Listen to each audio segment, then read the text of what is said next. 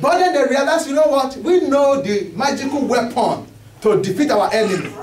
We will go and get the Ark of the Covenant. Once we get the Ark of the Covenant, success is guaranteed. They went and got the Ark of the Covenant. And the Philistines had the jubilation in the camp of the Israelites. They said, what is going on? And somebody said, their God is in their camp. And the Philistines said, we must fight to the last, or else we become servants of the Israelites. They were putting their faith in the Ark of the Covenant. But guess what God did? God allowed himself to be captured. Can you imagine? The God who spoke everything into existence allowed himself to be captured by the enemy. God will allow you to be mocked by your enemy if you do not obey the rule that you know. You and I must understand who God is. God wants to bless us beyond measure. I'm experiencing this in my life. I told you I clean the house for a living. When the economy turns south, these are the things that go. Restaurant business, dry cleaning, and house cleaning. The husband will tell the wife, we need to save in this family. I will vacuum and help you with the bathroom on weekend. You do the dusting. And my job is so simple, they will just call me Monday morning when I'm supposed to come. They say, hey Femi, I'm sorry, things are so tight now, so please, we want to discontinue the cleaning service and we'll call you when things get better. Okay? Thank you so much for all you have done for us. Click. That's it. But because I'm committed to God, God will never allow that to happen to his chosen vessel. But most of us are not committed in any way. We have no investment in our God. When they were leaving Egypt, God gave them all the gold. He put it in their hand. Just like God is giving you the power to get wealth. Some people work on Saturday and they fail. Some people work on Friday and they fail. And they're in the hospital now. You work, you are here. God bless you. God protected you. And right now as I'm speaking, all you have in your pocket is $2 for that God. But you are so thankful he paid all your bills. When Jesus healed 10 lepers, only one came back. And Jesus showed the way he felt. He said, did I not heal 10? Where are the 9? But I love God, Pastor. I'm here. You're not getting it.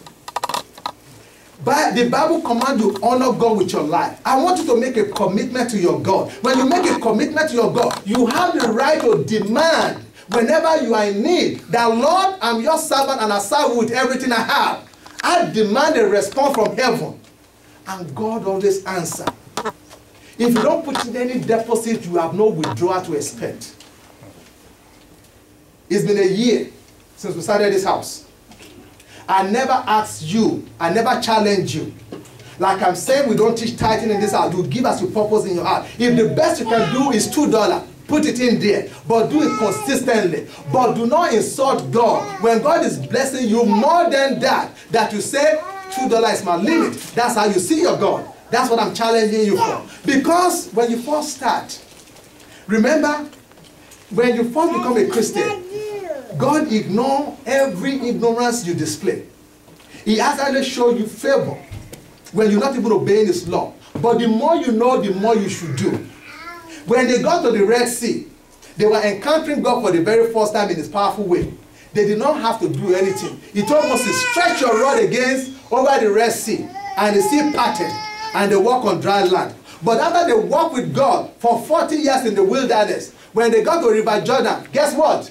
He told the priest to step in the water before the water moved. You've been a member of this church for a while now. I expect you to rise up higher. I expect you to know that the God that loves me this much, the God that this pastor has been talking about, that loves me greatly, deserve better from me, deserve better treatment from me, deserve my prompt attendance if I'm going to come once a week, that I'm going to get there early, deserve that if I set $20 aside from him, I'm not going to stop and buy calling car with $15 out of it and bring $5 to the church. That God deserves better from me. You don't treat God with so much disrespect like you've been doing. I want you to stop that. Are you following me? Amen. In other churches they say if you don't give, God is against you. That is not true. God does not become your enemy because you don't give. Because either you give or you don't give. The blessing of God goes on in your life, but you are hindering it. Because you know you've not done anything to repay God back for his love. So when you come to God, you come like a son that is not sure if he has earned the favor of his father. Because love is not love unless it is a free flow of exchange. And the more you learn of God, the more you love him. And the more you know of God, the more you honor him. Let me say the story in 1 Samuel, then we'll close. So God allowed himself to be captured. So if you're in a place now whereby you're not experiencing the loving kindness of God, you're not experiencing the blessing of God, you need to make a decision today to honor God more. My son turned 8 on Friday. We were supposed to go and eat at Golden Corral. That is in South Limburg. But because of the snow and because of the ice, we decided that's too far. And I was thinking if he changes his mind, we'll go to the Chinese restaurant on Limburg. I was passing by there yesterday and I discovered it has closed down. You know the Chinese one I'm talking about? Yeah. The one by the very close to 270. They've closed down. Hazelwood. So we went to Aldi yesterday on Clark Tower. I was thinking whether go to that Chinese restaurant or the Old Country Buffet in Clark Tower opposite Kmart. When we were driving by there last night, we discovered it has closed down. That is how bad the economy is. So I was like, Lord, what is going on? And the Lord was just speaking to me concerning how we need to make a new commitment, a fresh commitment to him. And based on what we've learned about God, we all need to challenge ourselves. Because the more you know of God, the more you honor God. This is what happened. So they captured the Ark of the Covenant. The enemy does not know how to treat God. They treat God anyhow and God allowed it. They put the Ark of the Covenant, they put it in with their God. God disciplined them. God judged them. Then they decided to send that ark back to Israel. You know what they did? They built a new cart and put the Ark of the Covenant on that cart and just send it back to Israel. And nothing happens to them. They didn't die. The ark got to Israel. A few years later, when David became a king, David decided we need to bring the Ark of the Covenant to Jerusalem. He did exactly what the enemy did. God has an instruction. The instruction of God is that the Ark of the Covenant must be carried on the shoulder of the Levites. Are you following me? Yes. The instruction of God is that the Ark of the Covenant must be carried on the shoulder of the Levites. But because of David, the Bible, God wants us to know David knows better. Simply because somebody did it and got away with it doesn't mean he should be doing it and getting away with it. If you are new in Christianity, I understand. I understand if you don't look. If you say, my money is my money, I work for my money. But when you become a Christian for a little while, especially if you've been a member of this house, and we've been teaching about the love of God, it's time for you to start loving God back. Not only in your heart alone, but in your kindness and in everything. If you are waiting until the day you are fully satisfied before you honor God, I guarantee you will never honor God. It's called the Parkinson syndrome. The more you make, the more you spend. If you are making maybe 40,000 now and you are riding a Camry, the moment you get an increase to 50,000, you want to change it to a Lexus. When you start making 70,000, you want to change it to a Bentley. Your human desire will never be satisfied. You need to learn to honor God now. So, David decided to do what he saw others did. He put the Ark of the Covenant on a cart. And they were coming. And they went down to a threshing floor. The ark stumbled. And somebody tried to help God by steadying the thing. And God struck that guy and that guy died.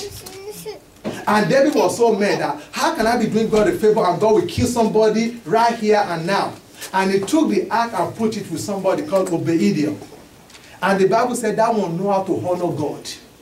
And for 3 months, that ark was in that guy's house. And every morning he wake up and honor God with his praise, with his offering. And the Bible said God blessed him so much that the news came to David.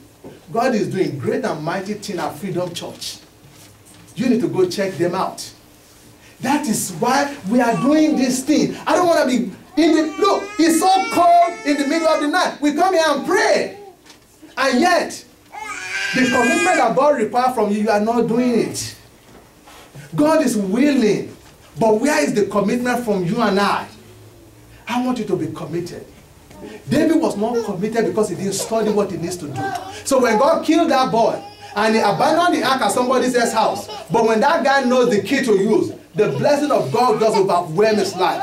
When David had it, David now decided, to whom much is given, much is expected. I will do it the right way this time. So he called the Levites, and this time, they took the ark and put it on their shoulder and brought it all the way to Jerusalem. I want you this year, if you and I have stumbled in the past, if you and I have been using the wrong methodology, if you and I have been using our key to our Camry to try to open our Mercedes Benz, and it has not been working, I want you and I to decide this month is the beginning of months for my life. I'm going to honor God with what I have, with my life, with my substance, with my time, with my integrity, with everything I've got. And I want God to display His glory in my life. Can you promise that you will do that? Yes. If you've done it your way for the last few years and it has not worked, why don't you do it God's way? Remember, as we close, God sees your heart. There are places and there are churches that is all about money, money, money, money. That's not what we're doing here. But what I'm telling you is that God sees your life. That your energy, your time and everything, you exchange it for money. And then when you keep your money completely away from Him, and you say, but I come to church, is that not good enough for you? It's good enough for me, but it's not good enough for God. I've told you, if you are coming to this church to make me happy, please don't come anymore. Please. If it's, you should be so glad I'm here. No, I'm not. I'm glad if you are here and you are learning and you are changing. The best compliment to a pastor is a changed life, not numbers. Change life. I want to see you when you come in here, you come in bondage, but the word of God set you loose. I want you to see when you come in here, you didn't have a car you used to walk, but in 6 months, God bless you. You had the favor of God. You had a good job. You have a nice car. That is what glorified God, not me. Let me give my testimony real quick and we close. 21 years ago, I left Nigeria. Maybe more than that. Yeah, 22 years ago, I left Nigeria. You know, back in those days,